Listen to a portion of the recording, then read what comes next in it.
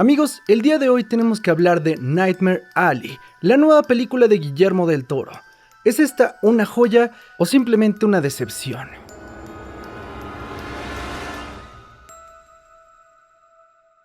Bueno amigos, bienvenidos una vez más a este tipo de reseñas un poco más platicadas, donde el día de hoy vamos a hablar de la nueva película de Guillermo del Toro. Bueno, primero, ¿de qué trata esta película?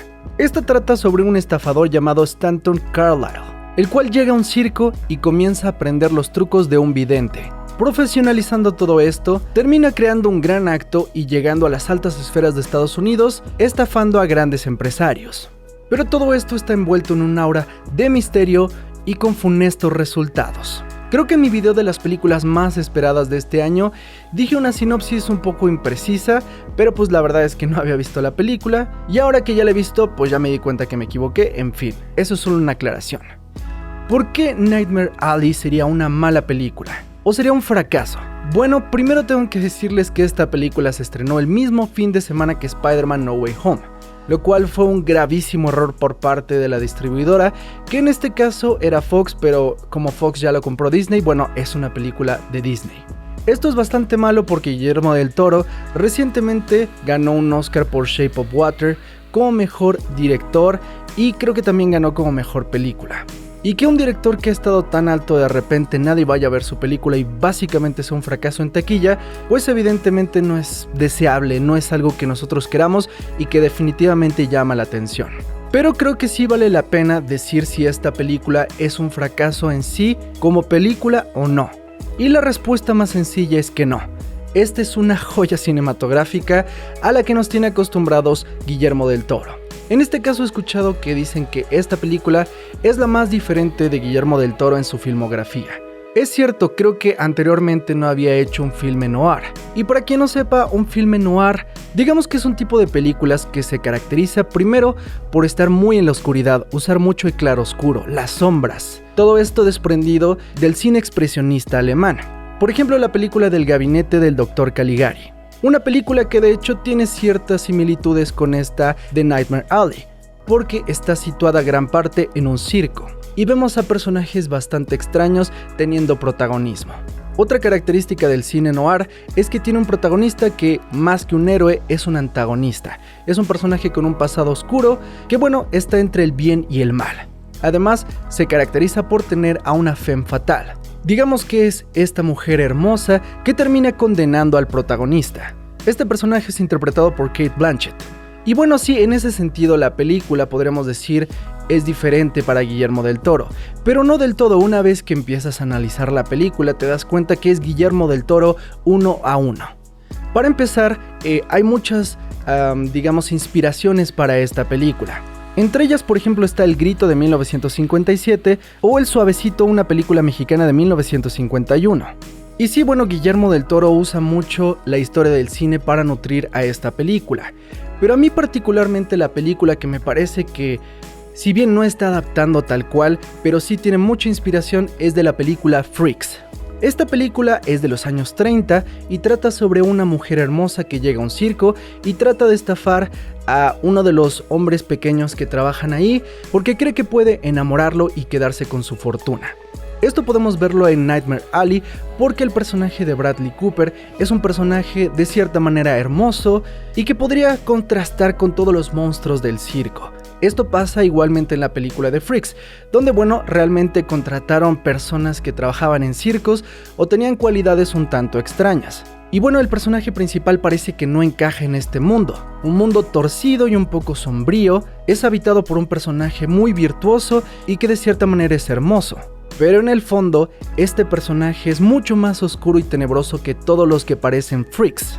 En ese sentido, la película de Nightmare Alley es bastante predecible si tú has visto algunas películas de la historia del cine. Sin embargo, eso no quiere decir que la película no sea disfrutable. Realmente yo, no es por ser un mamador, pero realmente ya sabía cómo iba a acabar la película. Sobre todo si les digo si han visto Freaks, seguramente ya saben en qué va a acabar la película de Nightmare Alley.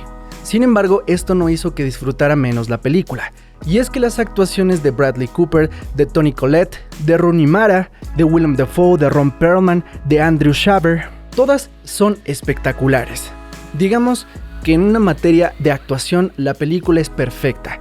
Los diálogos están muy bien armados para tener siempre un propósito dentro de las escenas. Además, Guillermo del Toro ha perfeccionado su manera de filmar para ser, digamos, en teoría perfecta. Y con esto quiere decir que lo que quiere decir lo pone en pantalla. Yo podría decir definitivamente que Guillermo del Toro es uno de los mejores cineastas de la historia.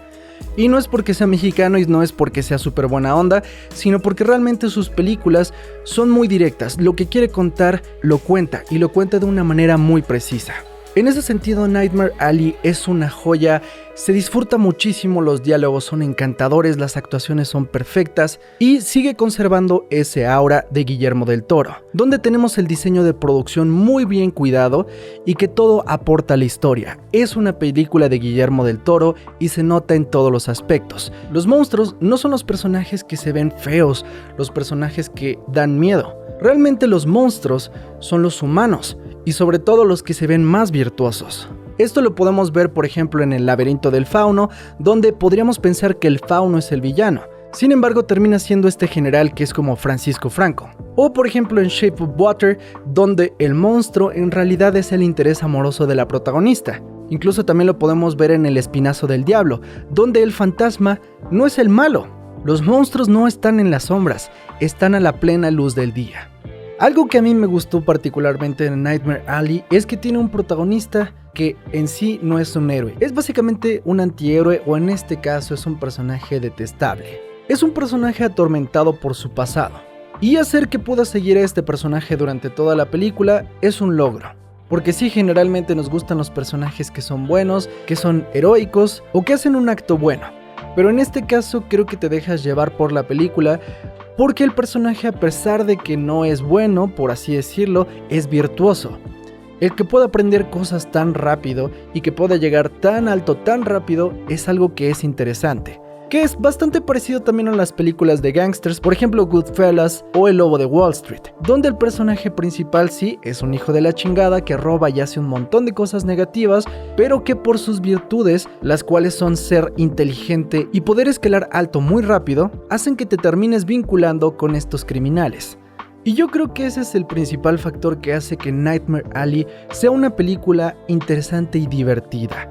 Porque estás esperando ver cómo este hombre llega hasta la cima y cómo empieza a estafar a otras personas. Y sobre todo la manera en que lo hace a través de ser un vidente, lo hace todavía más místico. Y de hecho el mismo personaje que le dicen que muchas veces los videntes se creen su juego, se creen que ellos sí pueden hablar con los muertos. En este sentido, la realidad empieza a mezclarse con la ficción, algo que habíamos visto en la película de Crimson Peak, donde la ficción, los fantasmas, se empiezan a mezclar con los humanos que están también tratando de engañar a los vivos. En ese sentido, el que Bradley Cooper sea un vidente, en algunos puntos raya donde tú mismo empiezas a comprar que la ilusión es real. A pesar de que desde el inicio te están diciendo que esto es un truco, el propio personaje empieza a creer en sus poderes, y al mismo tiempo el espectador. Esto me lleva a dos pensamientos. El primero, una frase que me decía mi abuelita, donde me decía: no le tengas miedo a los fantasmas, más bien deberías de tenerle miedo a los vivos, cosa que es ley en todas las películas de Guillermo del Toro. Y en el otro aspecto, en la clarividencia y crear ilusiones, es digamos una metáfora de lo que es el cine. El cine nosotros lo compramos como una realidad, a pesar de que desde el inicio te dicen que todo esto no existe, son actores. Sin embargo, cuando estás viendo una película parece real. Y justamente esto es algo que viene desde el circo. A pesar de que tú como espectador sepas que son ficción, terminan teniendo algo muy atrapante. Y por eso creo que películas como El gabinete del Dr. Caligari, Freaks o esta película de Nightmare Alley hacen un énfasis en el circo, en el truco. A final de cuentas, el cineasta es un ilusionista. Por eso creo que Nightmare Alley es una muy buena película. Podría decir que es una de las mejores películas de Guillermo del Toro, aunque en realidad hay muchísimas buenas películas de Guillermo del Toro. De hecho, creo que hay 0 películas malas de Guillermo del Toro, así que yo diría que por eso es un maestro del cine. No sé si lo van a premiar para algunos Óscares o algunas cosas así, porque bueno, dado que Guillermo del Toro acaba de ganar Shape of Water hace unos años atrás, pues bueno, sería lógico que lo nominaran para mejor dirección o lo que sea mejor película. Yo creo que Nightmare Alley sí da para eso. Pero por el mismo hecho de que fue un fracaso en taquilla, la verdad es que no sabemos cómo le va a ir a esta película en general. Probablemente simplemente pase desapercibida porque en México tampoco es como que mucha gente vaya a ir a verla al cine, porque hay picos de contagio nuevamente en la ciudad y en todo México y en Latinoamérica y en el mundo, y evidentemente muchas personas no se quieren arriesgar para ir a ver esta película en cines. En cualquier oportunidad que puedan verla, ya sea en el cine o rentándola después o comprándola, realmente vale muchísimo la pena. En fin, por favor déjenme sus comentarios aquí abajo y bueno, síganme en mis redes sociales. Les agradezco por ver este video que reinicia las reseñas en BCX y pues nada, yo soy Mr. X, gracias por ver estos videos, nos vemos en la próxima.